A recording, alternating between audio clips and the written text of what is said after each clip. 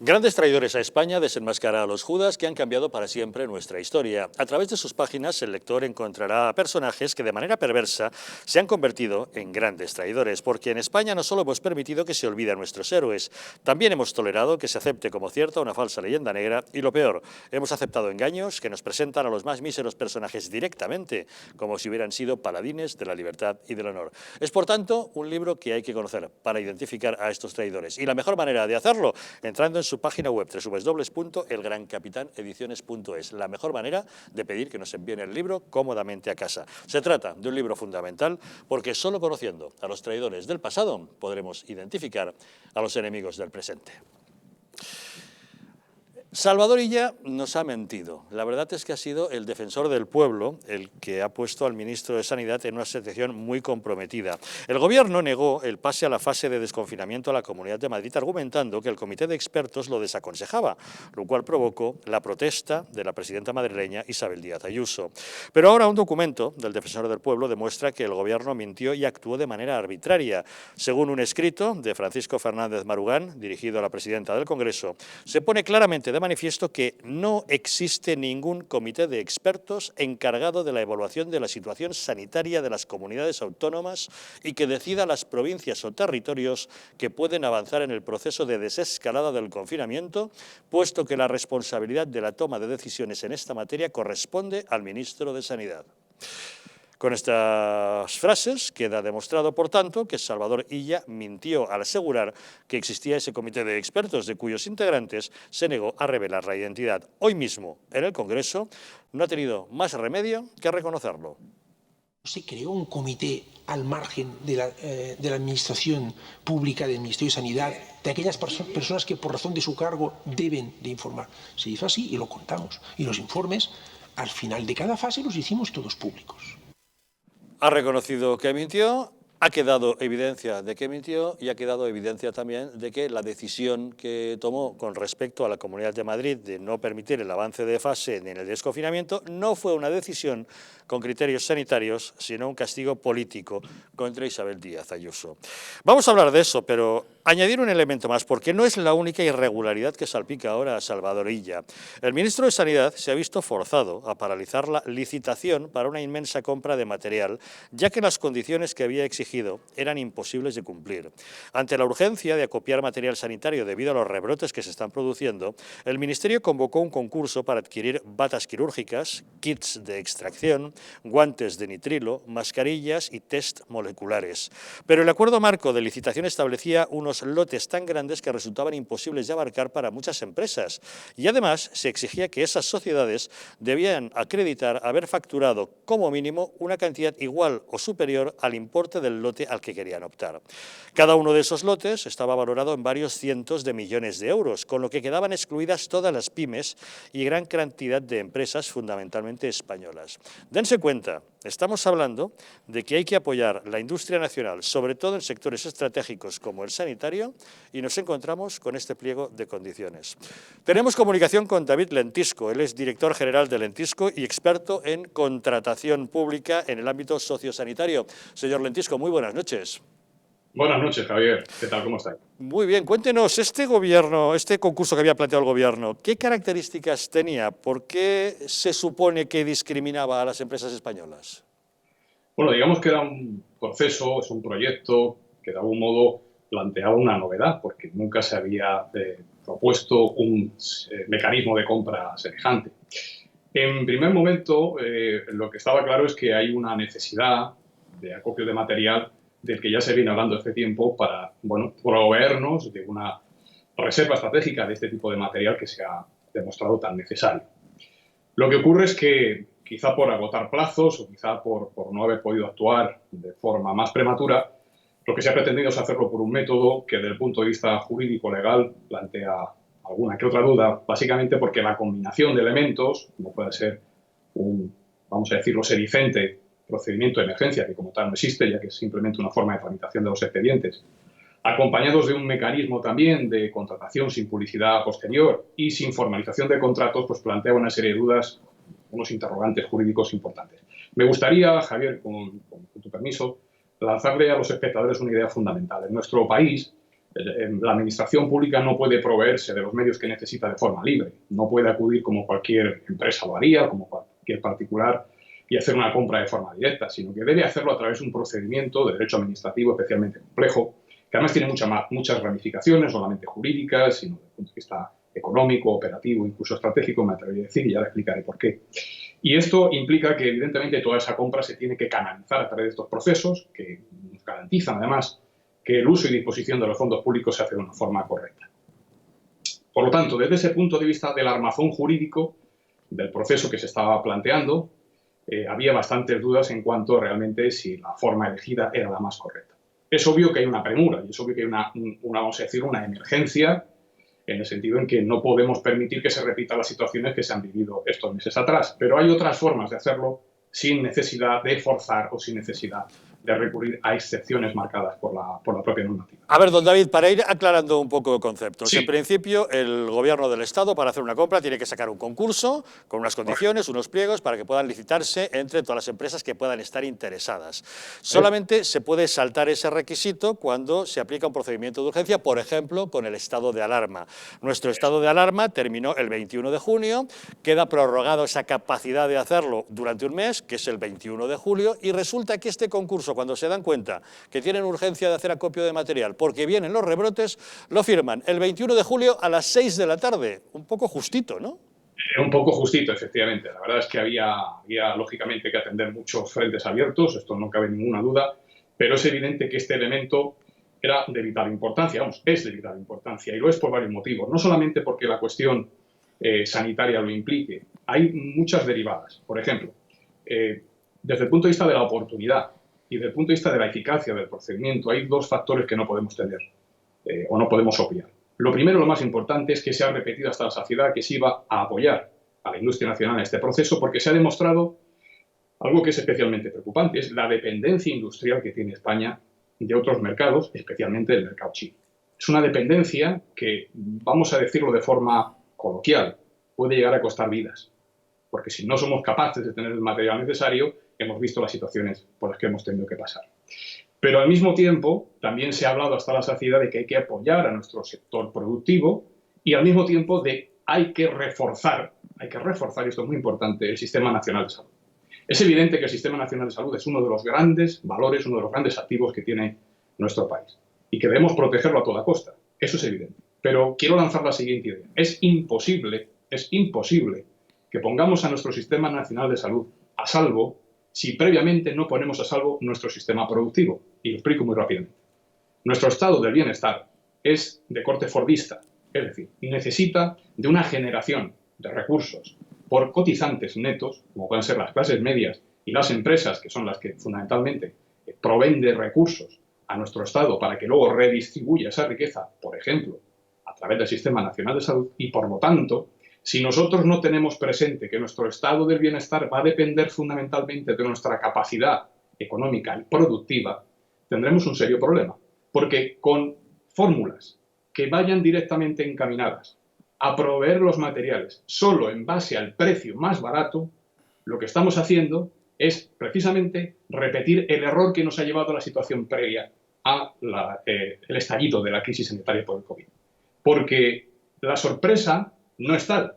Cuando todos nos hemos llevado las manos a la cabeza y hemos dicho ¿por qué España no es capaz de fabricar una mascarilla?, la respuesta en gran medida está precisamente, y esto yo ya lo comenté en un ensayo en el año 2005, en el hecho en que propiamente el sector público ha sido un favorecedor de esa expulsión del mercado de las empresas nacionales e incluso europeas, porque al poner el foco siempre en los procesos, en los precios más bajos, lo que hemos permitido es la entrada de un competidor en situaciones no siempre leales, que lo que ha hecho es expulsar directamente la capacidad productiva de nuestras empresas. Es más, con el volumen que se ha solicitado en este procedimiento, es tan amplio que no es que estemos hablando de pequeñas empresas familiares, es que la inmensa mayoría del sector de la tecnología sanitaria, implantada en España desde hace muchísimos años, que cumple con todas las expectativas y con todas las regulaciones sobre calidad, prácticamente ninguna podía tampoco concurrir Claro, señor Rentisco, da la impresión de que estos concursos o estos pliegos, estas condiciones estuvieran hechas a medida de China.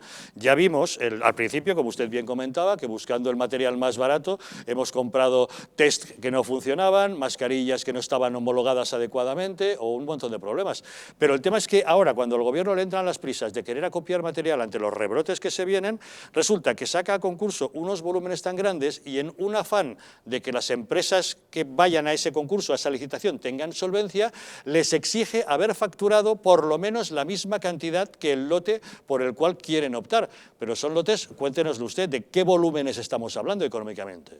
Volúmenes tremendos. Tenga usted en cuenta de que, por ejemplo, hay lotes que superan los 300 millones de euros.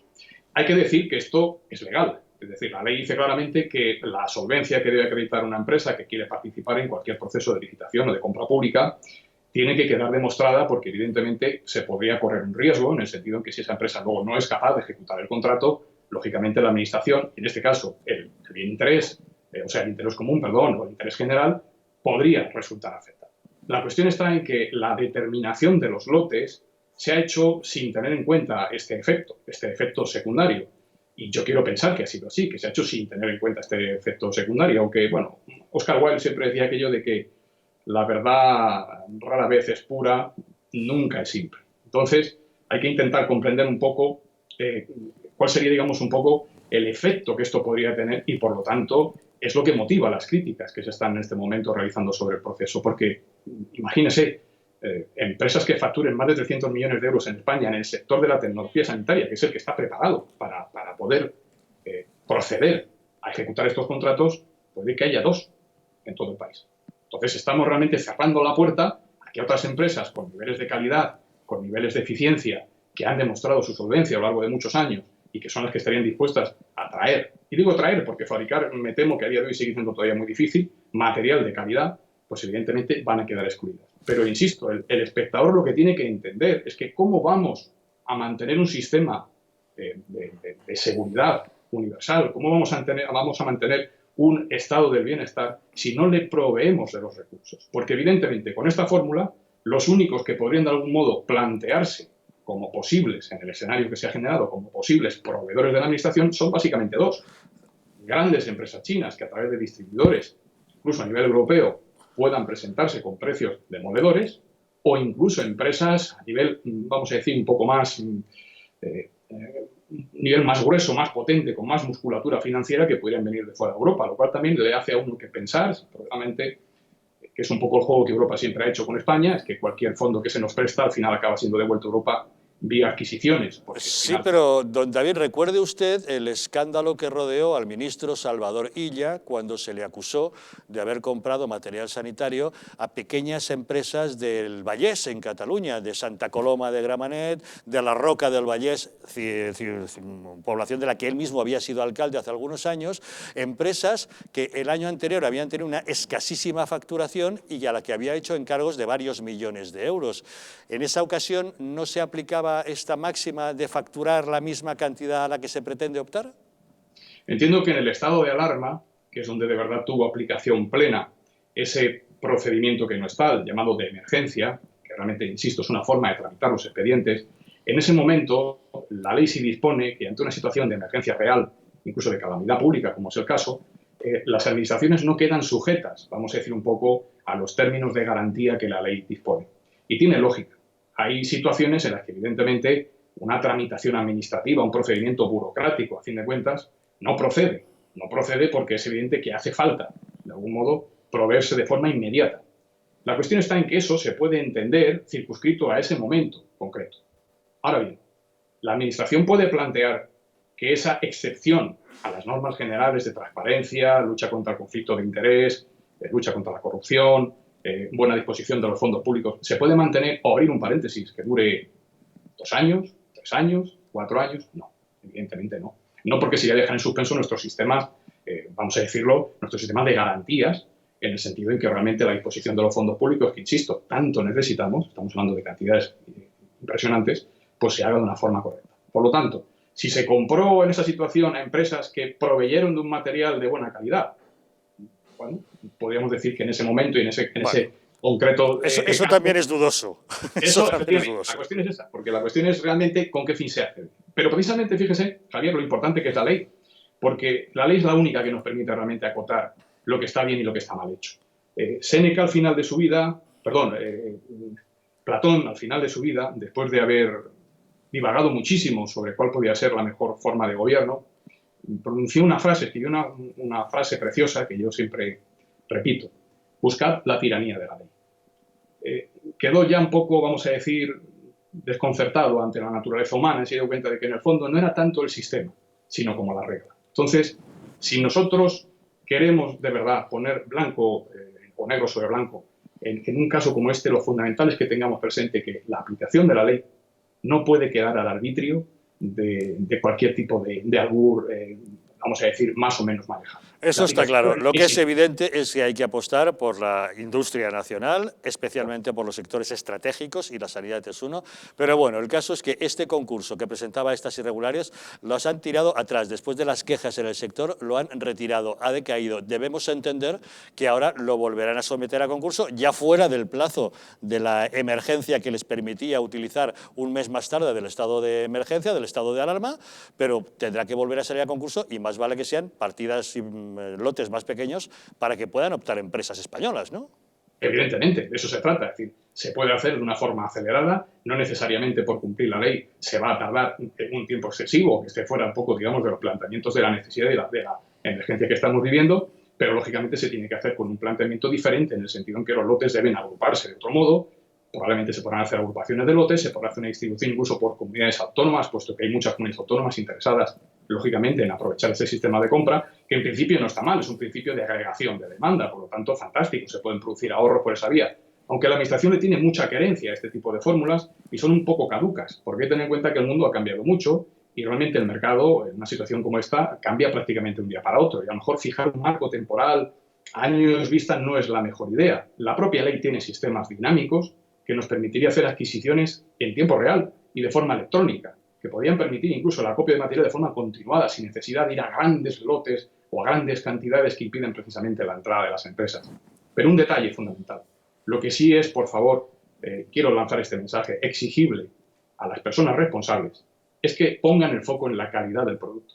Porque si las prescripciones técnicas para las cuales se va a exigir la entrada de ese producto, si las prescripciones técnicas, que son un nivel de corte de calidad, son verdaderamente eficientes, no será necesario acudir a pedir o exigir solvencias económicas desmesuradas, porque obtendremos el mismo resultado de una forma distinta. Nos aseguraremos un buen material de calidad y probablemente podamos abrir efectivamente la participación de esas empresas que, como digo, es tan necesaria. Pues a ver si esta vez han aprendido la lección y se hagan las cosas bien hechas. Don David Lentisco, director general de Lentisco y experto en contratación pública especializado en material sanitario, muchísimas gracias por habernos arrojado luz al respecto aquí en Los Intocables. Un placer. Buenas noches. Un saludo. Muchas gracias.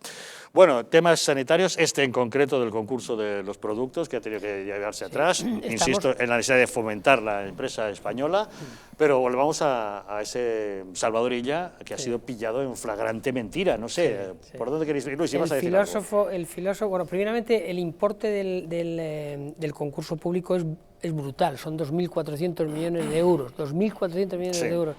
En un país que está devastado, digamos, el español está devastada su industria. Pero es paradójico, y aquí, Javier, lo hemos comentado más de una ocasión, que quien ha ocasionado, en definitiva, por ahora, y sin haber investigado detalladamente de dónde procede el virus, pero del país de donde ha salido esta pandemia tan terrible que vive el mundo, la paradoja es que se está beneficiando claramente, digamos, un poco de las necesidades sanitarias que tiene el mundo occidental para combatir ese virus que de allí ha salido, ¿no?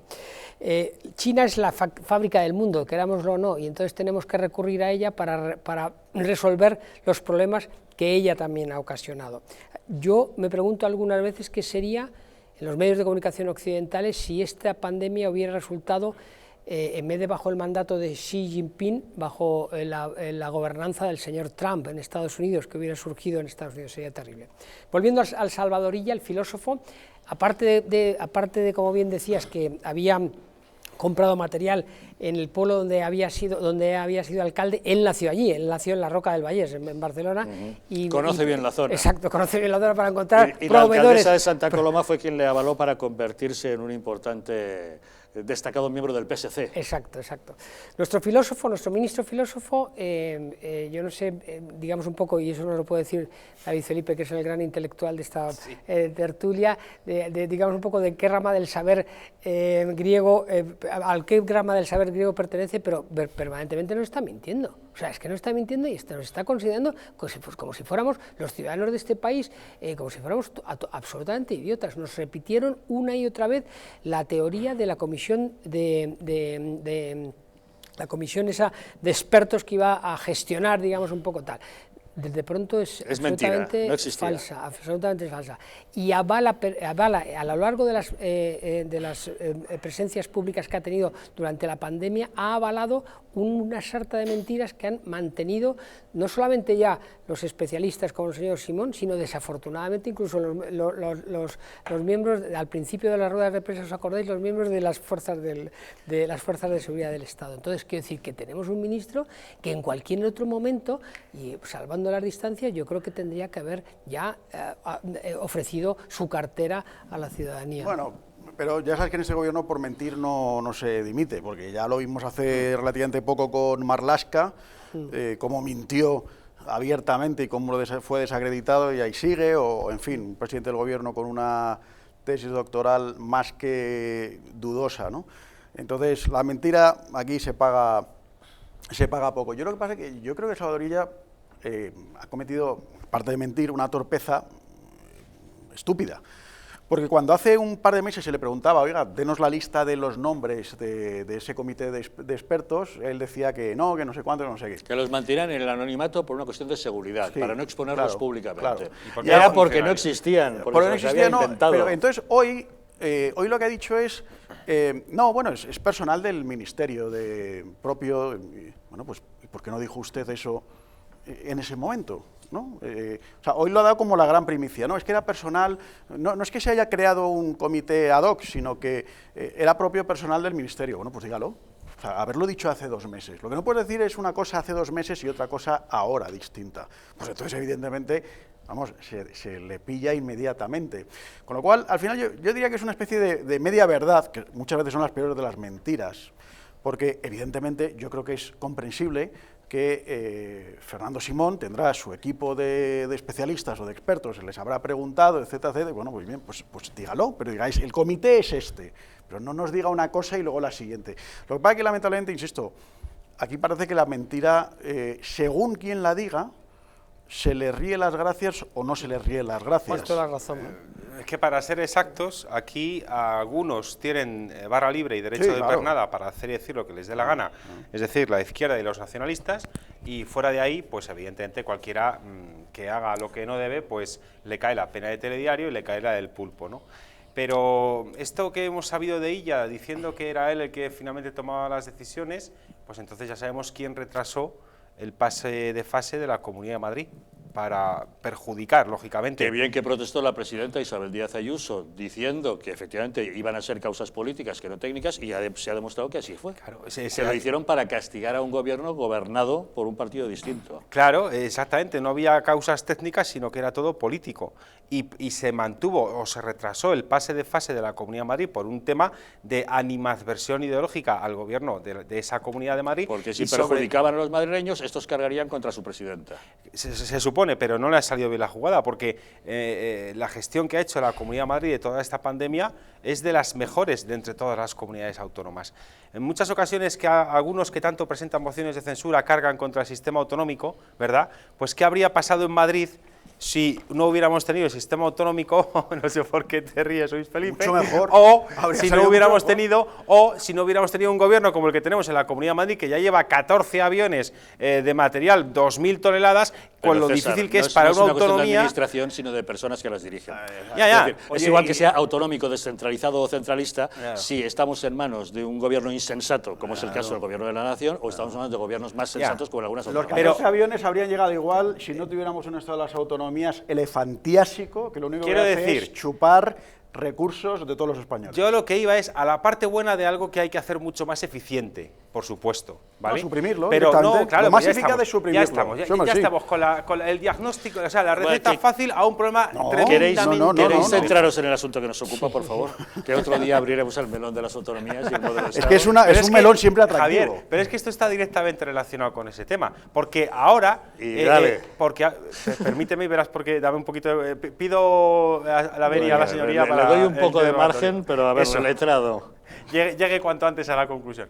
A ver, el problema es que el Ministerio de Sanidad, al llevar desde el año 2002, creo recordar que se transfirieron las competencias de sanidad a las comunidades autónomas, el Ministerio de Sanidad no tenía know-how, no tenía personal, no tenía costumbre de estar haciendo ese tipo de compras. Eso por un lado, pero de la entrevista que has hecho tú, Javier, a este experto, yo lo que constato es la necesidad de que en España y en Europa se promueva la fabricación de todo tipo de material sanitario, de laboratorio, etcétera, etcétera, y no depender de algo tan básico, no depender de China. La PAC, una de las cosas buenas que tiene, por lo que yo acepto esa perspectiva, es porque no podemos poner nuestra alimentación en manos del mercado internacional y tener que estar importando alimentos, y por eso se promueve y se mantiene la producción de alimentos en Europa, a pesar de que económicamente no es viable por el poco valor añadido que suponen. Pues con pero es un sectores sector estratégicos como el sanitario así debería ser. Claro. David.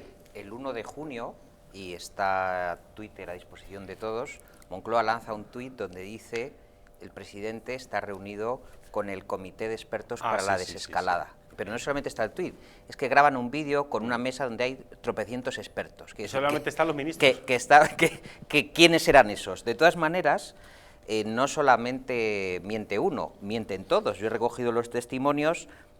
Bueno, la que ha montado el lío ha sido la directora general de Salud Pública, Pilar Aparicio, que es la que le ha dicho al Consejo de Transparencia, dice, no, si es que aquí no ha habido ningún comité de expertos. O sea, la propia directora de Sanidad ha dicho... Porque el Consejo de Transparencia se lo ha preguntado. Pero es que el Defensor del Pueblo también se lo preguntó a demanda de unos diputados del Partido Popular, y entonces fueron, a ver, el Defensor del Pueblo, oiga, señora secretaria, dígame usted cuál es el comité. Aquí no hay ningún comité. Claro, y les han pillado. A diferencia de ella, resulta que el 6 de mayo Fernando Simón, lo habéis dicho, decía que, y además esto es muy grave, porque a la prensa les decía, no les voy a dar el nombre de ninguna persona del equipo. Pero oiga, claro, porque no lo había. Dice, claro.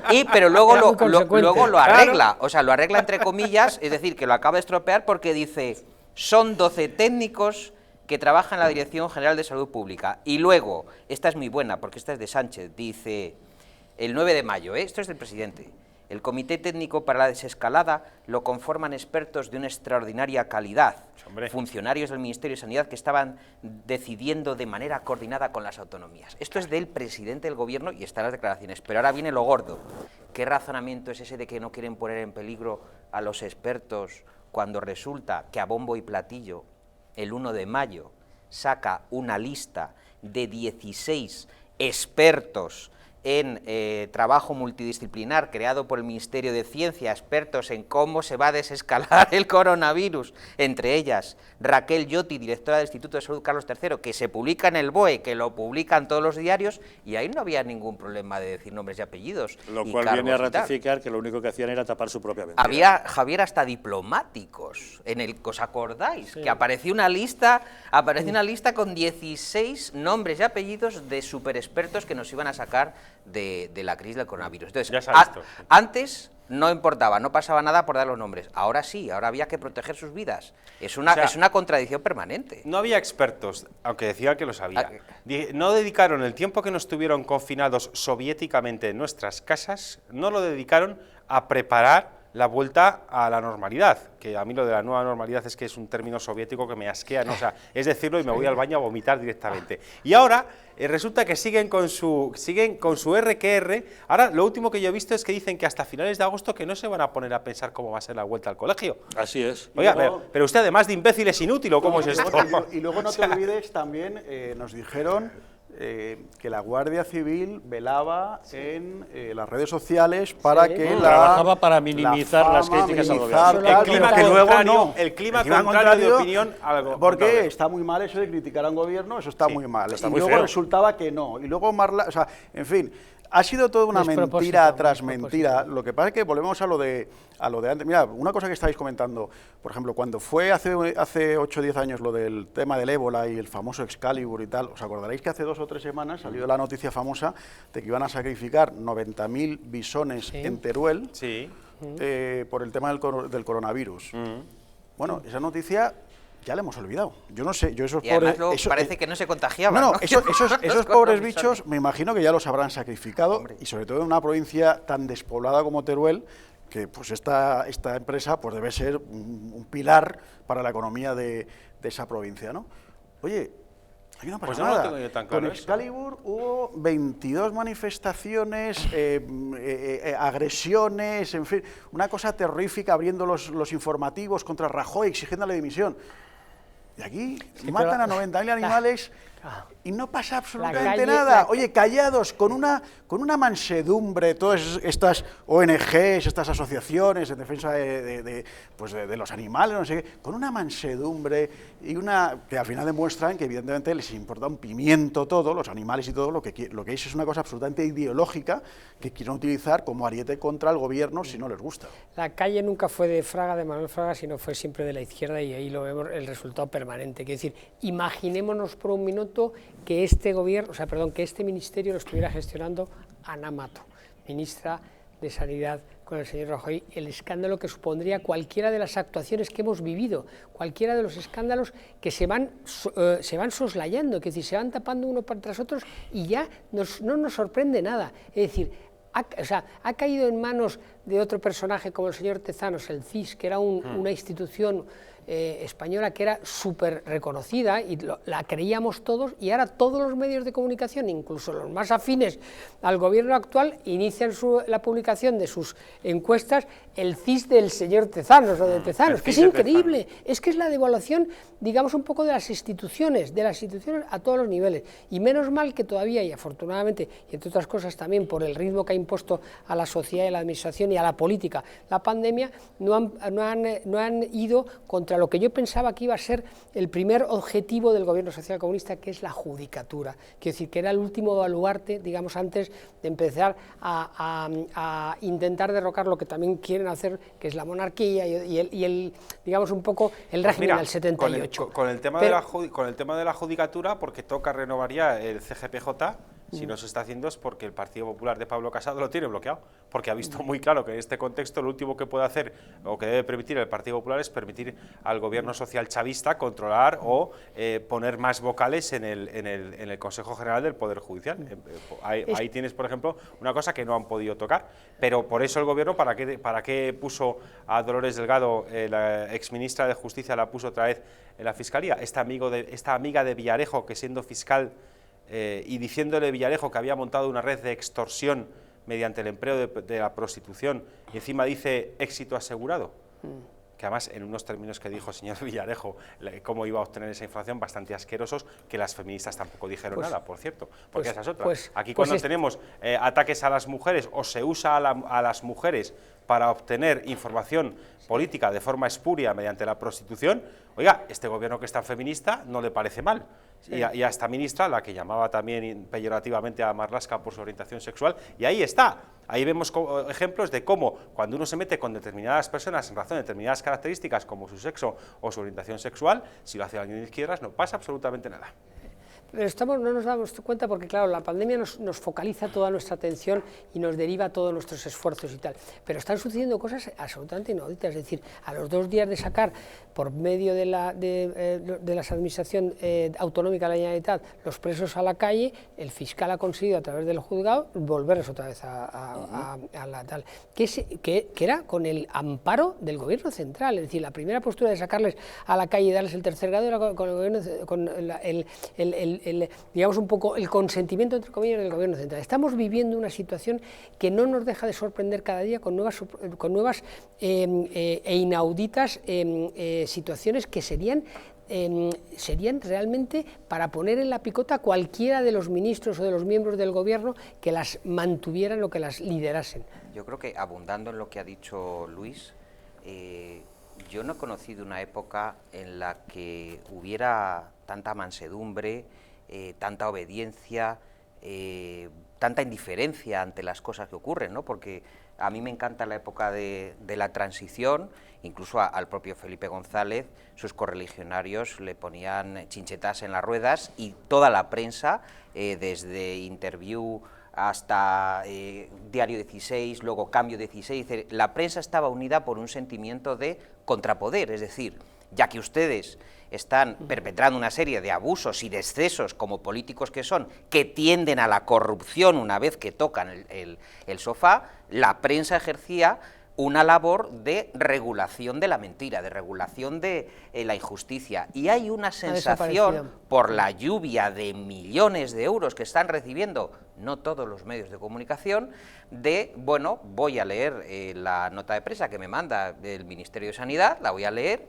voy a comulgar con ella y voy a hacer la difusión que me dice mi amo. A mí me parece que estamos viendo esa etapa más oscura, más terrible de la libertad de expresión y de la prensa. Así es, y está coincidiendo justamente en estos momentos en que el tema del coronavirus es un auténtico problema. El virus sigue ahí fuera, lleven ustedes mucho cuidado, mantengan todas las medidas de protección posible, utilicen la mascarilla, desde hoy en Madrid ya es también obligatoria, al igual que lo era en el resto de las comunidades autónomas, salvo en Canarias, pero aunque no lo fuera, es muy recomendable utilizarla. Mantengan esa distancia de seguridad, la higiene de las manos, ya lo saben, y procuren evitar todo tipo de aglomeraciones. Vamos a hacer una pausa y volvemos de inmediato para hablar justamente de virus, de maneras de evitar los virus, las bacterias, nuestra manera de respirar, de qué manera purificar nuestro ambiente, pero levantamos ya nuestra mesa política del día, que hoy ha contado con Luis Magán. Muchas gracias por haber estado con nosotros. Ti, Javier, gracias, David Felipe Arranz, gracias a ti, por habernos acompañado. Alex Navaja, siempre un placer que usted nos acompañe. Javier. Y muchas gracias, César Sinde, por haber estado con nosotros. Gracias a usted, don Javier. Una pequeña pausa y volvemos de inmediato para hablar justamente de eso, de virus.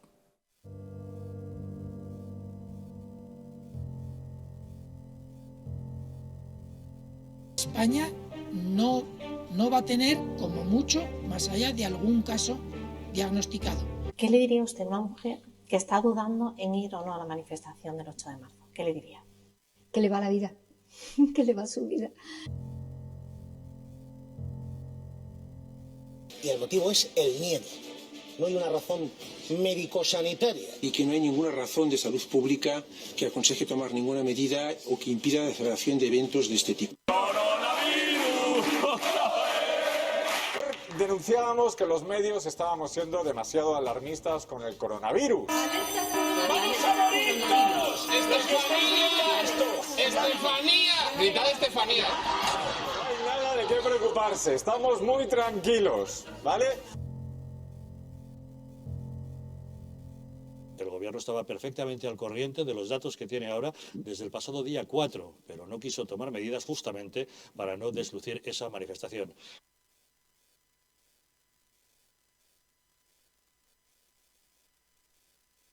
Para que no se vuelva a repetir, colabora con nosotros y lucharemos por ti.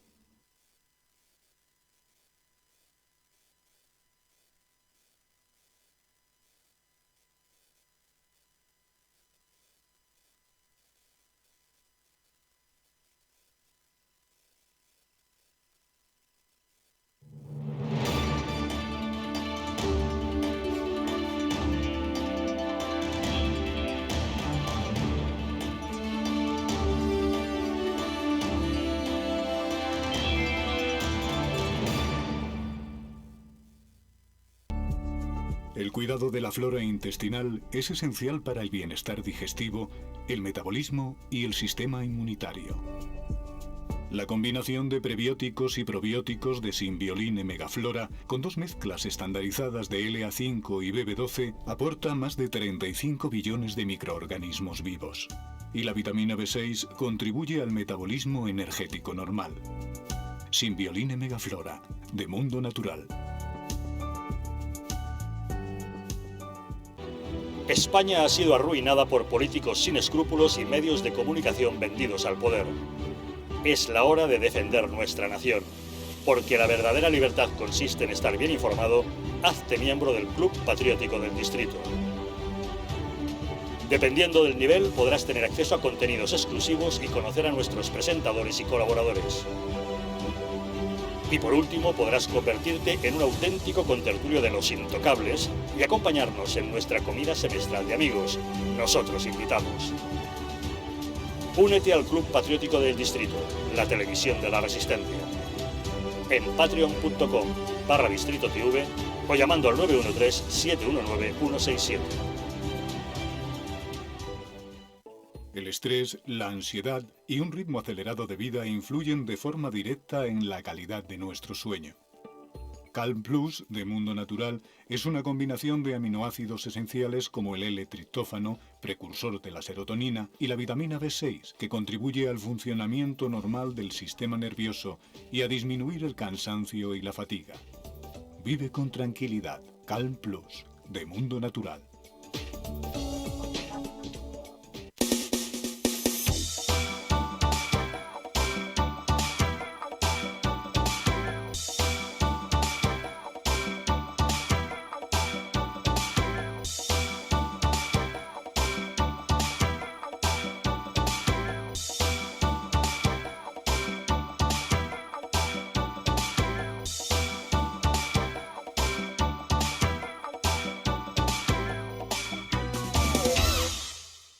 ¿Podrías explicarnos en pocas palabras qué es BIO? Pues BIO es una máquina que lo que hace es limpiar nuestra atmósfera, es decir, nuestra habitación, nuestra casa lo va a limpiar perfectamente. Es un sistema donde a través de sus 5 filtros, entre ellos el EPA, el ultravioleta para matar virus y bacterias, vamos a conseguir eso, tener todo el ambiente limpio para que nuestra sangre esté totalmente pura, esté oxigenada. La mejor manera de conocer un producto es probándolo. Por eso tenéis 15 días de prueba gratuita llamando ahora al teléfono que estáis viendo en pantalla, porque seguro que os va a encantar BIO. ¿Quieres dormir tranquilo sin pensar en si cobrarás tu alquiler? Con nuestro servicio de gestión integral podrás olvidarte de tus preocupaciones porque Arrenda se encarga de todo, pagándote el día 3 de cada mes sin excusas. Si tienes una vivienda alquilada o estás pensando en hacerlo, contáctanos. Arrenda, el alquiler seguro y garantizado. ¿Estamos en un auténtico Estado democrático o estamos en una patriotocracia? Porque este programa se hace para ustedes. La ciudadanía está quedando atónita a lo que estamos viendo. Vamos a ver cosas que nunca se imaginarían. Lo que ha pasado en España demuestra que Falconetti no es tonto. Que la democracia, ¿qué es lo que es, amigos? El imperio de la ley. Esta izquierda rancia lo que quieren es exterminar todo aquello que no piensan exactamente igual. El castigo va a ser terrible para todos los partidos. Recuerden que no les engañen, porque la verdadera libertad consiste en estar bien informados.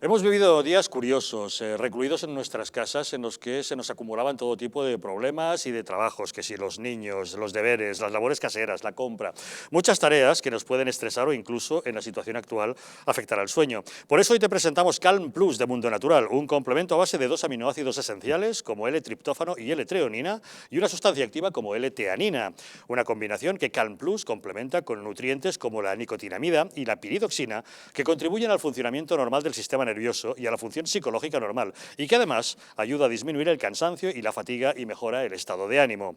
Así que relájate y encuentra Calm Plus en tu tienda habitual y en Parafarmacias Mundo Natural, aunque si quieres te puedes quedar en casa y adquirirlo directamente en la web parafarmaciamundonatural.es o llamando al teléfono 91-446-0000. Quédate en casa con Calm Plus, es de Mundo Natural. El COVID-19 sigue extendiéndose y da la impresión de que es cada vez menos intenso, pero que alcanza una mayor radio de acción. Como ya les hemos contado, en nuestras casas, por ejemplo, hay 5 veces más contaminación que en el exterior. Parece mentira, pero así es. Y para combatirlo, nada mejor que tratar de respirar bien, respirar aire limpio y un aire que nos permita mantener nuestra salud y nuestro bienestar. Para ello, nada mejor que un sistema integral de tratamiento del aire, como BIO, una unidad de descanso y de oxigenación celular que puede mejorar nuestra capacidad respiratoria, nuestro sistema circulatorio, nuestro rendimiento físico y mental y hasta nuestro aspecto físico y nuestro estado de ánimo. Nos acompaña Alberto Albistur, director de comunicación de Biu. Don Alberto, muy buenas noches. Adolfo, sí, buenas noches. Perdón, Adolfo. No pasa nada. Albistur, sí, efectivamente, Adolfo. ¿Qué es Biu? ¿Qué es esta Pues bueno, máquina? Biu, te lo has explicado casi perfectamente, Javier. Es una unidad integral de tratamiento del aire, es decir, lo que va a hacer es tratar el aire y quitar algo que es una palabra un poco extraña, que son las nanopartículas. Las nanopartículas, cada vez estamos más concienciados de que en el ambiente tenemos muchas cosas que son muy malas para nosotros. Evidentemente los virus, las bacterias, pero también hay unas pequeñas y diminutas partículas que nuestro pulmón es incapaz de frenar, entran directamente a la sangre. Entonces, si yo, por ejemplo, soy alérgico al polen, normalmente en la garganta, en la nariz, en el pulmón, el polen ahí se queda y entonces me siento mal, pero lo suelo solucionar o lo puedo solucionar con algún Ventolin, etc.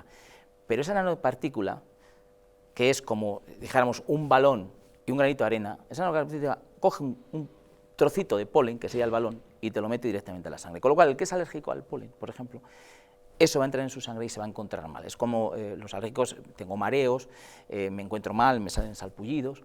Eso es lo que... Entonces, lo que hace Biu es eliminar todo eso. Claro, lo que hay que hacer es respirar un aire que esté limpio. Y para eso Biu lo que hace es recircular el aire atrapando esas micropartículas que están en suspensión. Polvo en suspensión, ácaros, bacterias, microbios, lo que sea, ¿no? Todo, lo quita todo porque tiene el sistema, es un motor de levitación, que lo bueno que tiene es que no consume prácticamente nada, se enchufa a la red, es muy sencillo, es con un mando y ya está, y lo que hace es, a través de sus 5 filtros, es filtrar. Uno de ellos es el EPA, evidentemente. Pero además tiene el ultravioleta, que lo que hace es matar virus y bacterias, y tiene un ionizador que hace que esa pequeña partícula se vaya haciendo cada vez más grande y la elimine en el filtro, con lo cual nosotros no nos la tragamos. Y además habías dicho, Javier, algo muy interesante.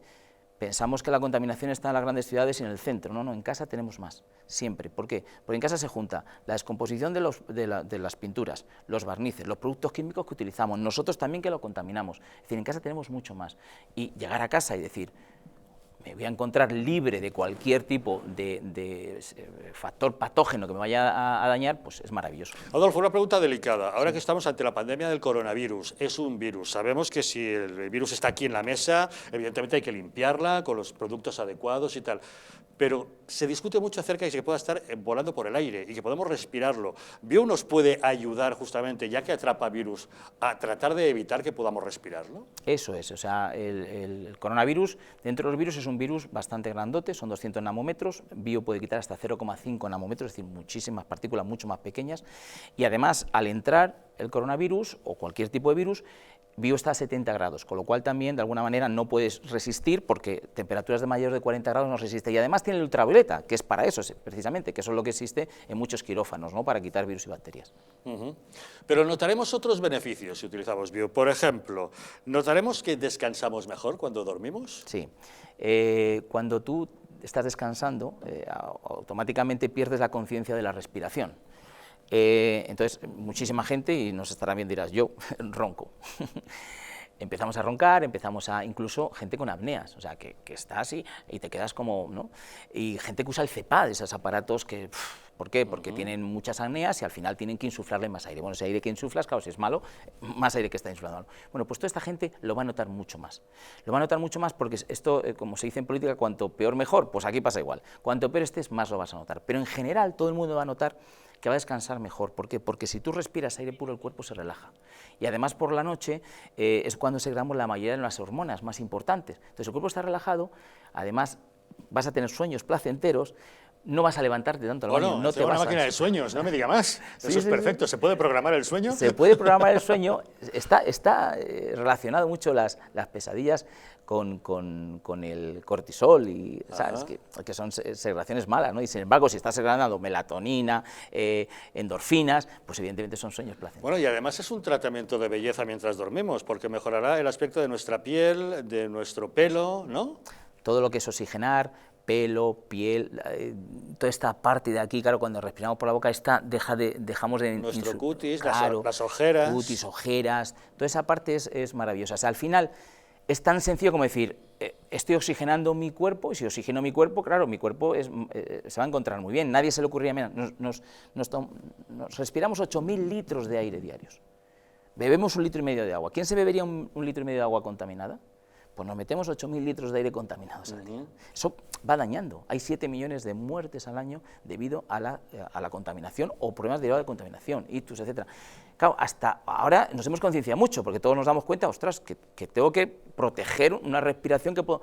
Hasta ahora no, pero yo creo que una vez concienciados, creo que ahora mismo tener nuestra casa, o nuestro comercio, o nuestra, no sé, nuestra peluquería, tenerla libre de cualquier tipo de estos, ya no solamente de virus, sino también de todas estas nanopartículas. Un aire limpio y puro que respirar. Es la gente que tiene asma, la gente que tiene problemas en las vías respiratorias, la gente que tiene alergias, se puede ver beneficiada de respirar ese aire más limpio. Claro, es un problema respiratorio, o sea, la gente con un problema respiratorio va a encontrarse mucho mejor, pero también circulatorio, porque al final, una vez que la respiración pasa, se queda en un problema circulatorio. Entonces, gente con ictus, gente que tiene problemas de dolencias, cuando hay dolor hay inflamación. Si tú oxigenas bien, la inflamación baja, y si bajas la inflamación, tienes la gran suerte de que no tienes el dolor. Hay gente que tiene frecuentes dolores de cabeza. ¿Les puede ayudar? Claro, el dolor de cabeza siempre va unido también a una falta normalmente de oxígeno. A veces es cervical, que no irriga bien. Entonces, además, la oxigenación va directamente a la zona prefrontal, que vale muchísimo para toma de decisiones, para encontrarte. Mira, nosotros, el Bio lo tiene un gran equipo de élite, todos los jugadores. Eso le iba a preguntar, los deportistas de élite, ese es el sistema que utilizan, ¿no? Sí. El Real Madrid, por ejemplo, lo tienen todos los jugadores. Y vamos, yo no sé, pero estos últimos 10 partidos que han hecho han salido con ¿Usted lo achaca al Bio? Yo creo que sí, bueno, yo voy a decir que sí. No, pero encima marca goles, ¿qué más queremos? Pues una potencia impresionante. O sea, ¿por qué? Porque esos últimos 15 minutos, sí es verdad que si tú estás bien, oxigenado, etcétera, y has descansado, mira, sobre todo los jugadores de élite en general y los deportistas de élite tienen un problema, que descansan mal. El día antes del partido están nerviosos, que el día que han jugado el partido, toda la adrenalina pues les cuesta dormir. Entonces, descansar bien para un deportista de élite es maravilloso. ¿Y para un estudiante que tiene que concentrarse, que mañana tiene un examen? Pues fíjate, para un estudiante, el hecho de poder dormir y poder descansar, porque el problema muchas veces de no descansar, no lo sabemos, pero es que no respiramos bien, nuestro cuerpo no está relajado, entonces nos despertamos, tenemos esos micro despertares que son malísimos, porque rompe todo el proceso del sueño, ¿no? Entonces, para ellos, claro, genial. Pues no me diga más, a mí me ha convencido. ¿Es muy compleja la instalación? No, es simplemente enchufarlo. ¿Solo? ¿Simplemente? Enchufarlo y... Llega el aparato a casa, lo coloco y lo enchufo, ya está. Enchufo y un bandito. Ajá, y puedo manejarlo. Y además hay que dejarlo a las 24 horas. ¿Puedo manejarlo y programarlo incluso desde el teléfono móvil? Eso es, también tiene wifi, pues desde el teléfono móvil lo puedes programar, porque si quieres saber cuántas nanopartículas ha quitado, etcétera, es bastante tecnológicamente, es muy potente para poder hacer muchas cosas con él.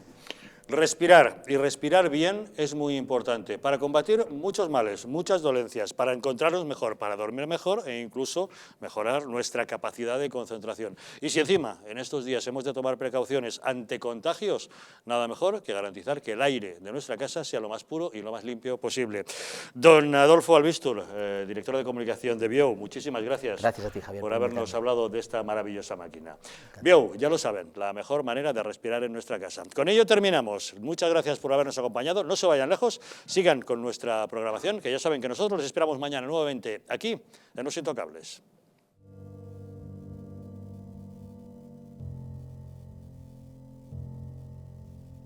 España no va a tener, como mucho, más allá de algún caso diagnosticado.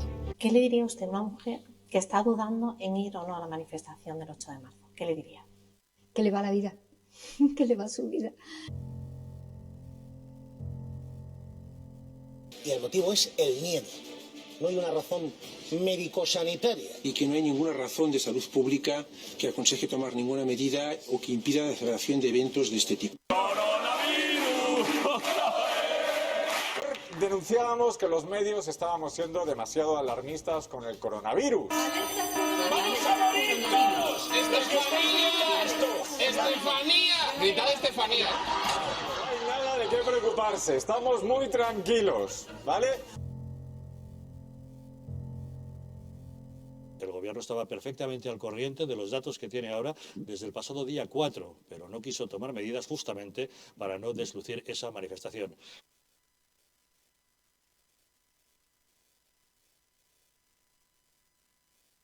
Para que no se vuelva a repetir, colabora con nosotros y lucharemos por ti.